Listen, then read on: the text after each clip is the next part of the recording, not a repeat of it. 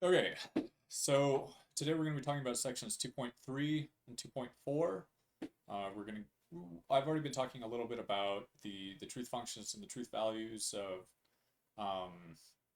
the different formulas that we've been working with so far, but we're going to get into it more concretely here. If you have a pretty good handle on how that's working, and I assume you've read the text at this point, so this will be just kind of reiterating a lot of what's there.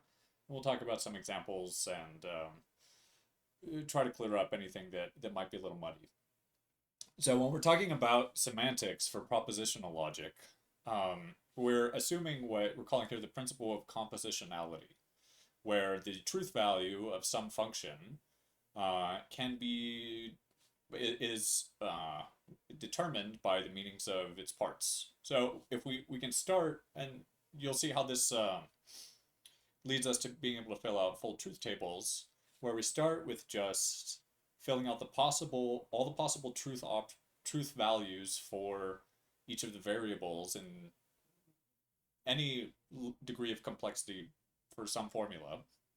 And then with the possibilities for the truth values of the individual atomic parts of the formula, we can get to what all of the possible combinations of truth values for every other more complex well-formed formula that is a part of the overall thing is. So we start with just the truth values of some part of a formula, the smallest parts, just the English capital letters that we use as variables. And from there, we can get to the possible truth value for uh, any kind of complex formula that uses those as parts, if it's a well-formed formula. So the truth value of a complex proposition is the truth value of the main operator. When we're looking at a well-formed formula and we want to determine whether or not it's true or false, and we're given some truth values to work with, um, the once we plug those in and we look at the truth value for the main operator of the overall formula, that's going to be the truth value for the overall thing. So for example, we have an example here. So we have S or P, if and only if Q and R, oh, excuse me. So we have it's not the case that, and this goes around the entire thing. So the main operator of this well-formed formula is the negation. So it is not the case that S or P, if and only if Q and R. So this formula here is it is expressing something about the relation between S or P and Q and R, and it's saying that it's not the case. So the truth value of the tilde, the column in the truth table that would be under the tilde, is what we would look at as the truth value of the formula overall. All right. So for each of the operators, there's going to be a very basic truth table that you're going to want to memorize and be familiar with. And we've already talked about this uh, a little bit, but it's something that is an important foundational building block for everything that we do through the rest of the semester. You're going to want to know all of the conditions in which any of the operators themselves can be true or false based on the truth values of their component parts. So the basic truth table is just a way of representing the semantic rules governing each operator by showing the truth value of the operation, given any possible distribution of truth values of the component proposition. So that's just to say that a truth table shows us kind of at a glance what the options are for truth values. You'll see that with some formulas, there aren't actually that many options. There's going to be some formulas where no matter what we plug in as the truth values for the atomic parts of the formula itself is going to be always true or always false or something like that. So the five basic truth tables are just going to be the ways that the various operators that we discussed, how their truth value is derived from um, the more atomic parts that they're modifying. All right, so first up is negation. This is the easiest one. So so we have a little mini truth table here. We'll get into some more complex ones later, but this is showing you pretty much how a truth table functions. Um, where on we're going to have some columns and rows. On the top here, we're going to have whatever formula we're working with, and we're going to have a different column for each part of that formula. This alpha here, if you remember, stands for any well-formed formula. This could be a complex well-formed formula. It could be an extremely simple one. It could be an atomic formula. Whatever it is, whatever kind of formula it is, it's going to have some truth value. And if we take that and we put it in parentheses and then we negate the entire thing, then we're going to have a new formula that's the major operator is going to be a negation now, and the truth value of the negation is now going to be the truth value of the whole thing. So here, if we have some well-formed formula alpha and we have the negation of alpha, under alpha, we're going to have all of the possible truth values. In the logic that we're using in this course, there's only going to be two possible truth values, true and false. So we only have two rows here. We have a situation where alpha is true, and we have a situation where alpha is false. Now, the negation of alpha is real easy to determine. If we have a negation, it's going to be not the case that whatever alpha is. So if alpha is true, then for it to be not the case that alpha, then the negation has to, the truth value of the negation of alpha has to be false, because alpha in that case is true. Conversely, if alpha happens to be false, and I want to say it's not the case that alpha, then my statement about alpha not being the case is going to be true. So in any situation where the truth value of the well-formed formula that the negation is modifying is true, the negation itself is going to be false, and whenever the well-formed formula is false, the negation of it is going to be true. Pretty simple. Moving on to the next one, conjunction. So this is going to be a little bit more complex. Negation can work on a single well-formed formula, but all of the other operators are going to involve two separate well-formed formulas. So we're going to have more rows in our truth tables for all of these, because we need to represent all of the possible combination of truth values between the different parts of the different conjuncts in this case. So starting with alpha over here, we have two trues and two falses, so that gives us a situation where alpha is true and beta is true, where alpha is true and beta is false, where alpha is false and beta is true, and where both alpha and beta are false. These are all of the possible combination of truth values when we're only using two truth values and we have two formulas that we're comparing. So the value of the conjunction, which is going to be the conjunction between alpha and beta, is saying something about the relation between alpha and beta here. So if I want to say alpha and beta is true, alpha and beta is true only in the case where alpha is true and beta is true. Because if alpha is true and beta is false, then it's not the case that I have alpha and beta. I only have alpha. And if beta is true but alpha is false, it's not the case that I have alpha and beta. I just have beta. And of course, if I have neither alpha nor beta, then it's not the case that I have alpha and beta. So the conjunction is going to be true only when both conjuncts are themselves true. This is going to be important to remember. All of these are important to remember for filling out truth tables, because we'll start with just the base columns with the smallest components of different formulas, and then we'll determine the truth values of sort of increasingly wider. We'll increase our scope as we fill out the smallest details, and we'll be able to fill out more complex well-formed formula, the truth values for more complex well-formed formulas as we move outwards. So in order to determine the truth value of the conjunction here, we first need to know the possible truth values of alpha and the possible truth values of beta. Once we know both of those, then we can go ahead and fill it in, where the conjunction itself is going to be true only when both of the conjuncts are true.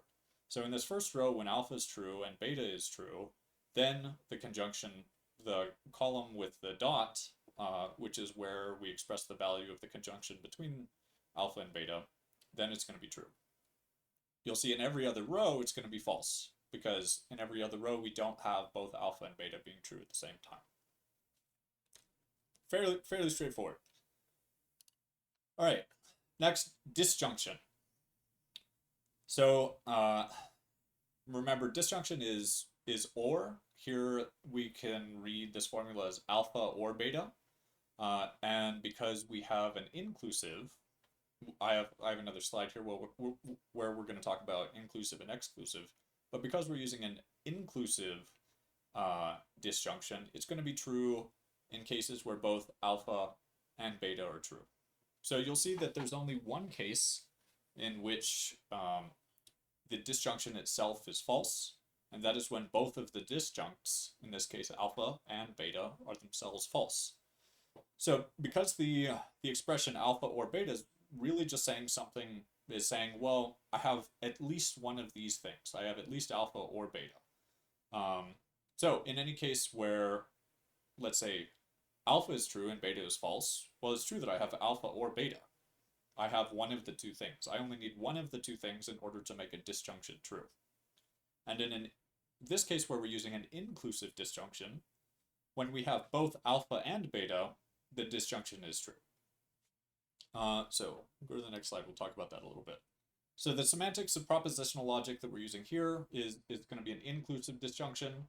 So it is true when both disjuncts are true. Some ordinary uses of everyday English are exclusive rather than inclusive. And the book gives some examples of this, but something just to flag here and not worry about too much. It is possible in English to have situations where you're using or. I think one of the examples given was if you're on a plane and they ask if you want chicken or fish. That's an exclusive use of or. You can have one of the two, you can't have both. But our use of the disjunction in this logic is inclusive, which means that it'll be true in cases where both of the disjuncts are true, as well as in cases where any one of the disjunct is true. And it's only false in cases where both of the disjuncts are false. So easy to remember, there's only one situation in which a disjunction is false, and that's when both sides of it, both disjuncts, are themselves false. We have neither side of it. Okay, so yeah, chicken or fish, the disjunction is probably exclusive. Cream or sugar is a different example where it's probably inclusive. There's the option to have cream and sugar. It wouldn't be absurd to have both cream and sugar. So we can, in English, we can use it in different ways. One of the benefits of kind of regimenting things into a strict logical system is that we remove some of this ambiguity, but at the same time, we lock ourselves into something meaning our disjunction meaning or in only a specific way. But in this course, that's what we'll be using. So don't worry too much about exclusive disjunction. It's something to flag if you're interested. It's out there. In this course, it's going to be inclusive though. And so try to keep that in mind. All right, the material implication. This one is the most difficult probably. In some ways it's not super intuitive. And I'll be talking about this one a lot. A lot of the homework assignment is going to be dealing with conditionals and identifying antecedents and consequence and stuff like that. So the material implication, the horseshoe, is interpreted as false only when the antecedent is true and the consequent is false. Otherwise, it is true. So I have this statement here. If alpha, then beta. And so the value of the horseshoe column here, the conditional, is the value of the relationship between alpha and beta. Now, the truth values of alpha and beta are only relevant in the case that they say something against the possibility of alpha entailing or implying or necessitating beta. What that means is there's only one situation, and this is very important to memorize. There's only one situation in which a conditional is false, and that's when the antecedent, the first part of the conditional, is true, and the consequent is false. Because if it was the case that if alpha then beta, if alpha is true, then beta must be true. Beta has to be true, if it is true that if alpha, then beta. So if alpha is true and beta is false, well, then that points to the statement, if alpha, then beta, that statement is false. Now, of course, if alpha is true and beta is true, well, that would be consistent with the fact that if alpha, then beta, because we have both alpha and beta at the same time. This is where it gets a little tricky. The conditional is also true in the case that alpha is false and beta is true. If alpha, then beta. So the reason that this is the case, I'll try to translate this into a more concrete example. This is one that comes up a lot because it's simple. But instead of alpha, let's say it rains. And instead of beta, let's say the earth gets wet. So our statement here is going to be, if it rains, the earth gets wet. Now, if it doesn't rain, let's say alpha is false, it's possible that the earth could get wet for any number of other reasons.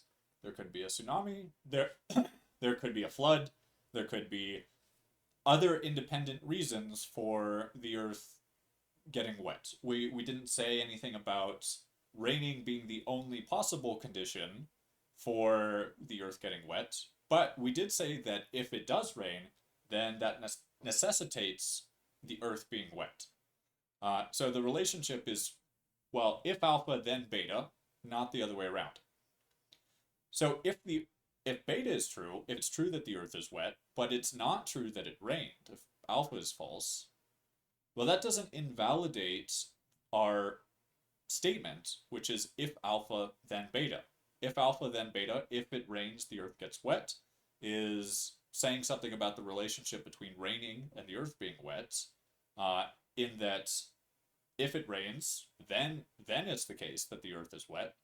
But it doesn't go the other way around. The earth being wet doesn't necessarily mean that it did rain.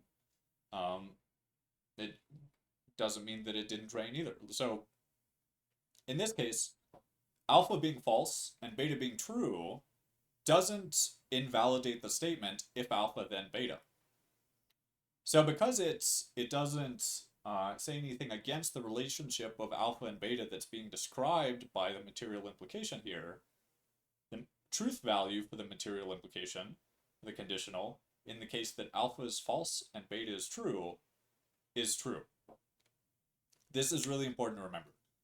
Students will often think that, well, if alpha, then beta, alpha is false, then beta doesn't, and beta is true, then something is disconnecting here. But that's totally fine. Beta could be true for all sorts of reasons other than alpha. All that we're saying when we say if alpha, then beta is that beta must come in the case that alpha is here. Alpha entails beta. Beta doesn't necessarily entail alpha. So a beta being true and alpha being false isn't a problem for our conditional. So when alpha is false and beta is true, the conditional between them, where alpha is the antecedent and beta is the consequent, is itself going to be true. Now the same thing applies in the last case. When alpha is false and beta is false, the conditional that connects them is true, when both the antecedent and the consequent are false. Because if I say, if it rains, then the earth gets wet, and it doesn't rain and the earth doesn't get wet, well then, there's no reason why my expression of the relationship between it raining and the earth being wet isn't true. So because there's nothing that contradicts the relationship that I'm trying to say is true, the truth value in this case for the conditional is true. So when alpha is false and beta is false, the conditional that connects them is going to be true. So one situation in which a conditional is false, and that's when the antecedent is true and the consequent is false. Now this is sort of a little preview of what we're going to be doing. One of the benefits of truth tables and showing all of the possible truth values is that we can do truth tables for whole arguments that include more than just one formula. We will have several formulas that are premises and another formula that's a consequent. And an argument essentially works in the same form as material implication, where we have some premises and we say if these premises are true, then the conclusion necessarily follows. An argument is the sort of the same thing as material implication, where we want to say that the conclusion in a deductive argument necessarily follows from the truth of the premises. Jumping ahead a little bit, so one way to tell if an argument is valid or invalid is if we put the entire argument into a truth table and we look at the truth values for the major operator of each of the premises, and if there's any row where all of the premises are true and the consequent is false, or the conclusion is false, then it's an invalid argument, because it's possible for all the premises to be true while the conclusion is false. And if it is a valid deductive argument, then in any situation where all of the premises are true, necessitates that the conclusion must be true. So that's a way that an argument can be invalid, and that's also the only way in which the conditional operator or material implication can be false. All right. Moving on to the biconditional. So the biconditional is a little bit different. Remember, the biconditional here, we'll read this as alpha if and only if beta. So both alpha and beta are sufficient necessary conditions of each other. So it's can be expressed as the conjunction of two conditionals where alpha is the antecedent and beta is the consequent of one, and beta is the antecedent and alpha is the consequent of the other. So the biconditional between two formulas is going to be true only when the truth value of those two formulas matches. So when alpha is true and beta is true, then it is true that alpha if and only if beta. When alpha is false and beta is false, then it is true that alpha if and only if beta. However, if alpha is true and beta is false, well then it's false that alpha if and only if beta, because in an if and only if situation with a biconditional, the only possible way to have either alpha or beta is if you have the other one. So let's say in this case, the only possible way to have beta is if alpha is present. And if alpha is present, it must be the case that beta is present as well, because it goes both ways. So if alpha is true and beta is false, well then it's not true that alpha if and only if beta. Conversely, if alpha is false and beta is true, then it is not true that alpha if and only if beta. So the value of the biconditional is going to be false in any situation where the truth value of the two sides of the biconditional don't match. When both sides are true, then the biconditional can be true. And when both sides are false, then the biconditional can be false. But if we have one side and not the other, then this breaks the relationship that we're trying to express between alpha and beta, where alpha implies beta and beta implies alpha, because we have one and not the other. In a biconditional, they have to both be present at the same time, and if neither one of them is present, then that doesn't say anything about, that contradicts the relationship between alpha and beta that we're trying to describe, where they each entail each other. So, two situations in which biconditional is true, it's when both sides are true or both sides are false, and if one side is true and the other side is false, then the value of the biconditional itself is going to be false. All right. So those were the truth tables for all of the basic operators that we're going to be using. These are important to memorize because you'll need these to fill in more complex truth tables overall, because more complex truth tables start with just the atomic parts, and in order to fill in all of the other columns, you'll have to know the relationship between the different parts and what truth value to fill in as a result of what's going to be true on either side of an operator. So full truth table shows the truth value for a complex proposition given any truth value of its component propositions. So we start with just the capital English letters, We list all of the possible truth values of those. We fill that in our actual formula. This will allow us to fill in all of the possible truth values of everything that relies on those parts, and we can build outwards and upwards from there. So, first step for constructing full truth tables is to determine how many rows you're going to need. So if n is the number of variables, a table needs 2 to the n rows. So for example, the proposition SNP, if and only if it is not the case that P then S, has 2 variables here. There's an S and a P. These are the smallest parts that we're going to have in this case. So because we have 2 variables, we're going to get 2 squared as the number of rows. We're going to have 4 rows. So very important, first step, determine how many rows you're going to need, because this is going to inform how you fill out your base column for your truth table, which is just the truth values of the variables that we're going to start building with. So you can see over here to the left, there's a kind of thicker line that is separating this S and P from the actual formula that we're going to be working with here. Everything to the right of this line is the formula.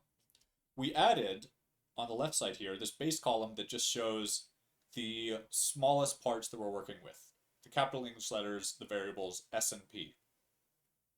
Now we know that there's going to be 4 rows to our truth table, so that gives us a way to sort of systematically, and it's very important that you do this systematically, because I'm going to harp on this point quite a bit, but so truth tables are really boring to do. It's just filling in numbers based on, or sorry, not filling in numbers. Oh, something I should mention. In the textbook, they have you use ones and zeros instead of trues or falses for the truth values in a truth table. I'm going to ask that you use true and false instead of 1 and 0. The reason for this is that, well, students will often make mistakes in truth tables, especially if you make a mistake early on in a truth table and you do everything correct from that point out. Because the truth table builds on the values that you plugged in initially, the whole thing's going to be a mess. It's all going to be wrong if you make a mistake early on. If students are using ones and zeros and the values are just all over the place, it's really hard to tell what they meant, what they intended the truth value to be. And in some cases, they might get things completely backwards, and if they're using ones and zeros, it's not clear if they understood that 1 is supposed to mean true and 0 is supposed to mean false or something else. So for that reason, I'm going to request that you go ahead and use T's and F's instead of 1s and 0s in order just to make it crystal clear to me what you intended to be true and what you intended to be false. Now, like I was saying, truth tables are really boring. They're just filling in values based on essentially a rule. There's not really any thinking going on beyond remembering what the basic truth tables are for the different operators and what columns to look at, etc. That's what's dangerous about them. It can be really easy to get sloppy, to look at the wrong column, look at the wrong box when you're trying to fill out the truth value of something. And if you do that, then everything that relies on the truth value of that box is going to be messed up. It's going to be a whole thing. So I urge you to take these slowly, as mind-numbing and dull as that is.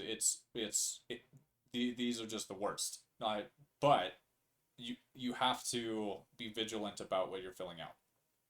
So the first step there is to fill out your base columns in a systematically rigorous way.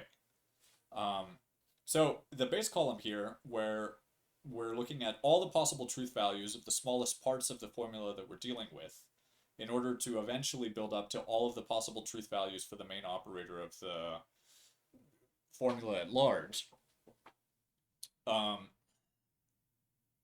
We're going to want to fill these out exactly the same way every time. So one way to do this is to, and this is what I'll ask you to do here as well, to start with the leftmost variable that you're working with, and whatever number of rows you have, you're going to know that half of those rows are going to be true, and half of them are going to be false. So in this case, we have 4 rows, so we'll go ahead and fill in the first 2 is true, and the second 2 is false. Moving one over, we're just going to divide the number of trues and falses we have in half, and then we'll implement that. So here, we'll have 2 trues in a row and 2 falses in a row. So cutting that in half, we'll have 1 true and 1 false, and then we'll alternate all the way down. This applies if there's more rows. So if there's 3 variables, you're going to get 2 cubed, which is going to give you 8 rows. So in that case, you'll have 4 trues and 4 falses. And then you'll want to alternate true, true, false, false, true, true, false, false. That'll give you the 8 that you need. And then for the last variable, you'll alternate just true, false, true, false, true, false all the way down. Whatever the last variable is here, on the furthest, and I'm not going to ask you to do anything with more than 4 variables. These get out of hand really quickly. Is going to alternate true, false all the way down. And the first one is going to, the first half is going to be trues, and the second half is going to be falses. And there's going to be some other stuff in between depending on how many variables you have. But anyway, if you do that, you will be able to systematically set up your truth values for the base columns for your variables here in such a way that you have correctly and systematically laid out all of the possible combinations of truth values without any repetitions or anything missing. So when S is true, P is true. When S is true, P is false. When S is false, P is true. When S is false, P is false. These are all the possible combinations. This exhausts the possibility of truth values we can have with only a 2-valued system. Okay. So after you fill in the base column here, and some of this will be a little bit clearer in the homework video I do on section 2.4, where I actually use a board and I go through the truth tables and fill it out. After you fill these out, you're going to copy the exact same truth values in the same order in every instance of those variables in the formula that you're working with. So we know there are truth values for S, or true, true, false, false. So every time we see a column with S, and each of these, we're going to have a different one of these columns for every variable and for every operator. So we have 1 for S, 1 for AND, 1 for P, 1 for the biconditional, 1 for the negation, 1 for P, 1 for the conditional, 1 for S. Each of these gets their own column. So for every instance of S, we're going to fill out true, true, false, false in that order. And for every instance of P, we're going to fill out true, false in that order. It's very important that it's exactly the same as it appears in the base column. Every instance of a capital English letter, the truth value should be exactly the same for every instance of that letter in any formula that we're working with. So that's the first step. You figure out how many rows you need. You do your base columns with all of the possible combinations of true and false for your variables there. And then you fill in those same values for every instance of those variables in your formula. Next, we can go to filling out the truth values for the operators. Now, if you look, we've got our parentheses here. So we know that, let's see. So we know that our major operator here is the biconditional. And we have S and P in parentheses on one side of the biconditional, and if P then S on the other side of the biconditional. But we also have a negation of if P then S on the other side of the biconditional. So let's start with just this left side of the biconditional.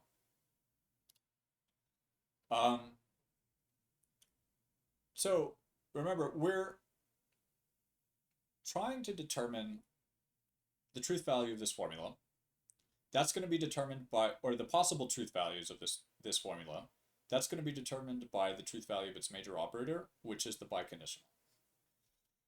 This biconditional is going to be comparing two things. So we have on the left side S and P, and on the right side, not the case that if P then S. So which two things are we going to be comparing? Well, if we look at just the left side of the major operator, whatever's the main operator of that well-formed formula, because remember, a well-formed formula that has a biconditional is just going to be alpha if and only if beta. So we need to look at what the truth value of alpha is going to be. So the truth value of alpha in this case is going to be a function of, is going to be this conjunction here. And the truth values of this conjunction is going to be a function of the truth values of what's on either side of it. And in this case, what's on either side of the conjunction are just the variables that we already filled in. So we already have all the information that we need in order to fill out this column. And if we fill out this column, that'll give us everything that we need on that side of the biconditional. This other side is a little bit more complex. We have to do two steps instead of one. So the major operator on this side, so not the major operator of the overall formula, but the major operator of this side of the biconditional, is going to be the negation. It'll be the negation that we compare against the values of the conjunction in order to get the values of the biconditional. However, so what is the negation going to be up against? The negation is negating the statement if P then S. So we need to know the value of if P then S, the value of this expression of a relation between P then S, where we're saying that P entails S, in order to know if it's not the case that P entails S. So we have to determine the value of this conditional first before we can determine what the value of the negation of this well-formed formula is. Because this conditional is the major operator of the well-formed formula that the negation is modifying. Now, because we just have if P then S, we already have all of the information that we need in order to start filling out with the possible truth values of if P then S are. We already looked at the standard truth tables for each of the operators. So if we know our standard, if we know the conditions for when a conditional is true, and we have all of the truth values for either side of the conditional, then we're fully equipped to fill this out. So that's sort of one of the things that you need to start thinking about next is, okay, let's look at the different well-formed formulas that our variables build up into. What is the major operator of the overall formula? In what order do I need to start figuring things out? So the first thing we're going to need to do, and it doesn't matter which of these two sides that you start on, it can be either one. We have enough information to do either. But obviously we don't have enough information to do the biconditional yet, and we don't have enough information to do the negation yet. So if we start, let's say, just on the left side of the biconditional, well, we're trying to determine the value of S and P. Now remember, a conjunction is only true when both sides, when both conjuncts are true, because otherwise you don't have both. So you can see in the first row, we have the truth value true for S and the truth value true for P. That means that the truth value for S and P, which is going to be under the dot that connects the S and P there, S and P is going to be true, only in the case where S is true and P is true. In every other instance, we don't have both sides. S is true, but P is false, so it's false that we have S and P. When S is false and P is true, then it's false that S and P. And of course, when S and P are both false, S and P itself, as a statement about having both of these things, is false. So, we filled out this side. Same thing with the other side. We know the conditions or situations in which a conditional will be true, and that's every situation except when the antecedent, in this case P, is true, and the consequent, in this case S, is false. So when P is true and S is true, then the conditional is true. When P is false and S is true, then the conditional is true. Now in the third row, P is true and S is false, so the value of the conditional itself, which is saying something about the relation of if P then S, well then it's going to be false. if P is true and S is false, then it can't be the case that if P then S, that S always comes with P. And then lastly, when F is false, when F is stands for false in the truth table, when P is false and S is false, then the relation between if P then S is true, because there's nothing that contradicts the relation we're trying to describe. All right, so we have two more steps. We solved everything that we filled in everything that we needed to on the left side of the biconditional, which is the biconditional will be our last step here. And we have one more step on the right side. We got to the point where we have the information we need to determine the value of it is not the case that if P then S. So the value of the negation, real simple, it's just going to be the opposite of whatever it's modifying. So in this case, because it's negating this entire well-formed formula, if P then S, the major operator, the conditional, is the truth value that we're looking at in order to determine the truth value of the negation. So when the conditional here is true, then the negation is false. And when the conditional is false, then the negation of the conditional is true. If we go ahead and fill that out, it looks like this. So all of these rules are real simple to apply. The tricky thing sometimes is just remembering which columns to compare to each other. Be very careful about working with just a couple well-formed formulas at a time, and be sure that you're looking at the correct columns in order to get the truth values for the column you're filling out. It's very easy to make a mistake when I'm just trying to fill out the value of the negation here, and I end up accidentally looking at the S column rather than the horseshoe column here. And if I'm just thinking, okay, well, it's the opposite of whatever's in this column, then I go ahead and write false, false, true, true, then I've made a mistake. And if I have further things that rely on the value of this column, then everything that references this mistake at the bottom is going to be itself false. So be very careful with which columns you're looking at in order to fill in the truth values of the operators you're using. Now in this case, the two columns that we're comparing on either side of this biconditional is the truth value of the conjunction here. The left side of the biconditional in this case is S and P. So the value of the dot column is going to give us the value of this side. The other side is going to be the negation. It is not the case that if P then S.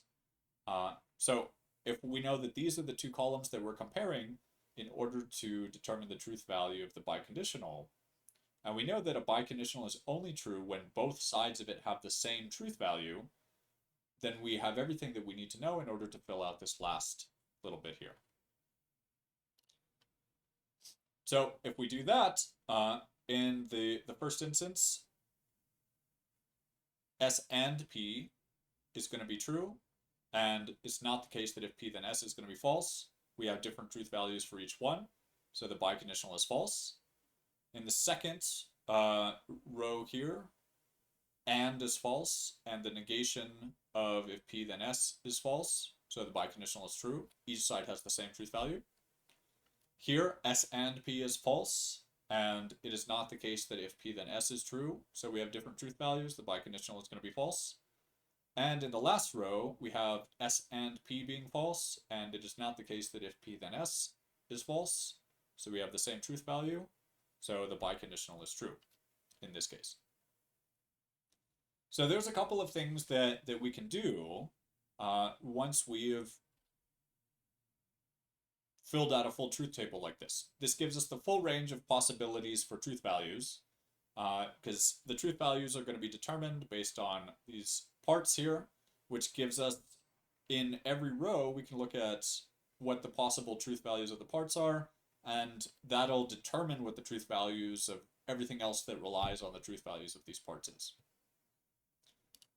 So one of the things that we can do with this is we can classify propositions. So one of these classifications is a tautology. It's a proposition that is true in every row of its truth table. So you can see here this formula that we have S and P, or it is not the case that S and P. We filled out a full truth table here with, we have 4 rows. We have S and P, where S is true, true, false, false, and P is true, false, true, false. If we go ahead and fill that out, we fill out all of the operators, we find that the major operator for the statement overall is true in every single row of its truth table. No matter what truth value we have for S or P in any combination, this statement is always going to be true. Now, if you think about what this statement means for a second, SNP or not SNP, well, we talked earlier about how, well, a disjunction between, let's say, P and not P is going to include every possibility. It's either the case that P or not P. There's no other option. So because there's no other option, it seems like it's always going to be true that SNP or not SNP. So if we think about sort of what this is actually saying, it makes sense. But we can also just look at the truth table to see that it is in fact a tautology. It's impossible to make this statement false. So logical truths are propositions that are true on any interpretation. Interpretation here again meaning assigning certain truth values to the atomic parts. So no matter what truth values we assign to the variables in this case, the proposition itself is always going to be true. So tautologies in propositional logic here are logical truths. Now, a different classification is a contingency. A contingency is a proposition that is true in some rows of its truth table and false in others. So it's a little bit difficult to see, but our base column on the left here is just S and P. The statement that we're working with is if S, then not P. So the major operator in this case is going to be the conditional. On the left side, the antecedent here is going to be S, and the consequent is going to be not P. We can see that in the first row, if S, then not P is false, whereas in every other row it's true. We can think about what the meaning of something being contingent is, where it's not necessarily the case. So a contingency is how we would classify a proposition like this that's true sometimes, but not all the time. Now, another type of proposition we have is a contradiction, which is, as you would expect, the opposite of a tautology. Well, let's not think about it that way. But instead of being true in every row of its major operator, a contradiction is going to be false in every row of, or in every column of the major operator of the truth table. So here we only have one variable. We have S, so our base column is just going to be 2 rows deep. S can be true or S can be false. And our statement is S and not S. Now, if you think about it for a second, well, it seems like you can't have S and not S. So if this turns out to be a contradiction, that would make sense. But if we go ahead and fill out the truth table, where in every situation where S is true, then not S is false, and then we look at the conjunction where one side's going to be comparing S and the other side's going to be comparing the value of not S, well, it's going to be impossible for the conjunction of S and not S to ever be true. In every row of the major operator here of the conjunction, S and not S is going to be false. So it's a contradiction. No matter what truth values we assign for S, if we're only assigning these 2 values of true and false, then it's impossible for S and not S to ever be true. It'll be false in every row of its truth table. All right. So next, 2 or more propositions. Now, here we're comparing 2 different propositions. There's this big black bar that's separating them out. And on the left side here, we have our base columns with S and P. We only have 2 variables here, S and P. But our first proposition is going to be, it's not the case that S and P. That's one of our propositions. And the other one is, it's not the case that S, or it's not the case that P. Now, 2 or more propositions are logically equivalent when they have the same truth values in every row of their truth tables.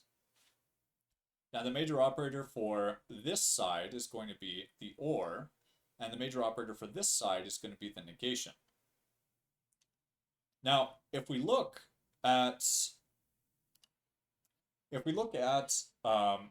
the truth values for these column, you'll see that, well, in the first row, the truth value for the major operator for the rightmost proposition is false, and it's also false for the leftmost proposition.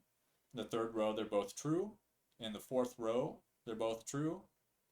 And yeah, in the second, third, and fourth row, they're all true. So they have the exact same truth values in every situation where, or in every row. It's important that the truth values here. Sorry. Let me rephrase this. So just because there's one false and three trues, that's not important. Well, it is. It's part of what's important, but the important thing is that the rows in which these values occur are the same. If the value here was true, true, false, true, and the value here was the same, false, true, true, true, these would not be logically equivalent. But because the values of these propositions are true, or identical within the same row, we can say that these two propositions are logically equivalent. Now, this will become important later on when we're doing proofs, because logical equivalency will allow us to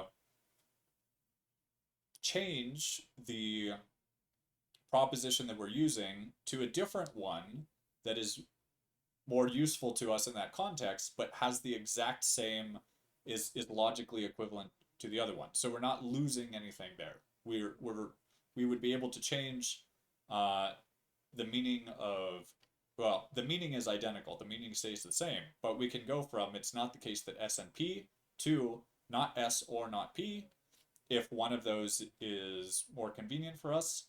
Because they're logically equivalent, we could use either one of them. So they're interchangeable in that way. All right. Now, similarly, we can compare two propositions, and if we find that they have the exact opposite truth values instead of the same, they're going to be contradictory. So here we have two propositions, if S then P, and our second proposition is S and not P. So on the left, the major operator of the first proposition is going to be the horseshoe, the conditional, and the major operator on the right is going to be the conjunction, the dot. So we can see that when the horseshoe is true, the dot is false, and when the conditional, the horseshoe is false, the conjunction is true. When the conjunction is true here in the third row, when the conditional is true here in the third row, the conjunction is false, and in the fourth row, when the conditional is true, the conjunction is false. So in every single row, they have completely opposite truth values. So we can say that these two propositions are themselves contradictory. All right. Next, we can have two or more propositions that are true in at least one common row of their truth tables. We can say that these two propositions are consistent. Given at least one set of valuations for our truth values for our variables, it's possible for these propositions to be true at the same time. So we have this if S then P, and over here we have S or not P. We can look at, so the major operator here is going to be the conditional, and the major operator here is going to be the disjunction. We can see that in the first row, both of them are true. In the second row, only the disjunction is true while the conditional is false. In the third row, the conditional is true while the disjunction is false. And in the last row, they're both true.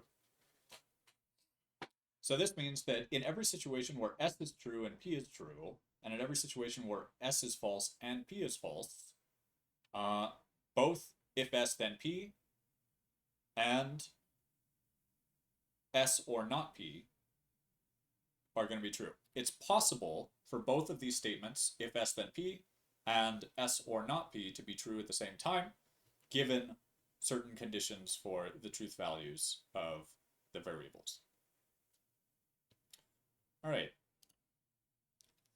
So conversely, an inconsistent pair of propositions is going to be one where there is no row of the truth table in which both statements are true. There is no consistent valuation. So this means that it's impossible for both of these propositions to be true at the same time as each other. They don't have to have exactly opposites. So, for example, we could have, if we have a proposition that is itself contradictory, it's going to be false in every single row of its major operator, which makes it inconsistent with every other possible proposition, because it's impossible for it to be true at the same time as another statement to be true, because it's impossible for it to be true in the first place. So if we look at this example, the first proposition we have is S if and only if P. The second proposition we have is S and not P. So the biconditional is the major operator on the left side, and the conjunction is the major operator on the right side. So we can see that in the first row, the biconditional is true and the conjunction is false. In the second row, the biconditional is false and the conjunction is true. In the third row, they're both false. And in the fourth row, the biconditional is true where the conjunction is false. So we have no single row where both of these statements are true at the same time. So therefore, no matter what the values of S and P are, our base values over here, it's impossible for both of these propositions to be true. In some cases, one of them can be true, like when S is true and P is false, then it is the case that S and not P is true, but it is not the case that S if and only if P is true. So it's impossible for these two to be true at the same time. So by using the truth tables, we can determine that they're an inconsistent pair of propositions. So this is also, truth tables are also useful for determining validity. So here, informally, an argument is valid if its conclusion follows from or is a logical consequence of the premises. We've already talked about arguments and conclusions and premises so far and what the relationship is. Or more precisely, an argument is valid if it does not have a counterexample. If there's no situation for the premises to be true and the conclusion to be false. So a counterexample is just a valuation where we have some truth values for the variables that allow the premises to be true and also allow the conclusion to be false. So we can use truth tables to determine if an argument is valid or invalid. Now, an argument is going to be valid if it's impossible for the premises to be true and the conclusion to be false. A truth table is good for that because it shows us all possibilities. And if there's any single instance where the premises are going to be true and the conclusion is false, then we know that it's invalid. So next here, I have an example of a truth table for an entire argument. So this argument, there's going to be, the first premise is if S then P. The second premise is not S. So we have therefore not P. Not P here is our conclusion. And the other two propositions are each premises. Now the major operator for the first premise, if S then P, is going to be the conditional, and the major operator for the second premise, not S, is going to be the negation. So if there's any, and the major operator for the conclusion is the negation.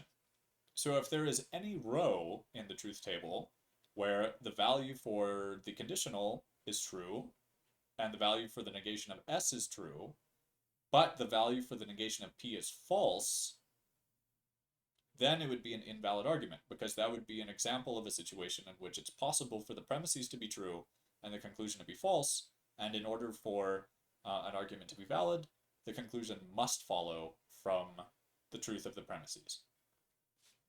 So we start in the same way. We have the base column here for S and P. S and P are only two variables. And go ahead and fill these in. And we can see that, so if we fill in all of the values here, we're going to get 3 situations in which if S then P is true, and 2 situations in which not S is true. So we only need to look at the cases in which both of the premises are true. And that's going to be these latter two cases. So if we look at the latter two cases here, with the last two rows, where if S then P is true and not S is true, we can see that in one of these rows, the third row, the value of not P is false. So this would give us a situation where the truth value of the premises, in the first case, if S then P is true, and the second premise, not S is true, but the value of the conclusion is false, so this is an invalid argument. Okay, how about this? So we flip things around a little bit. We still have if S then P, but now we have not P as a premise, and now we have not S as a conclusion. So if we look at the value of not P, we're going to see that it's true in two rows, and in only one of those is it also the case that if S then P is true, where the value of the conditional here is what we're looking at. So in the fourth row, both of the premises are true at the same time. And, well, it turns out the value of not S is also true in that row. So we don't have a row in which the premises are true while the conclusion is false. Now, we do have some rows in which the conclusion is false, but in those rows where the conclusion is false, at least one of the premises is false. So if one of the premises is false, it doesn't, and the conclusion itself is false, it doesn't undermine the validity of the argument, because it's possible that the premise there was a necessary condition for the conclusion. So if it's false, of course, the conclusion is going to be false. So this is a valid argument because in all of the rows where all of the premises are true, the conclusion is also true in those rows. Okay, that's all for this section. See you in the next one.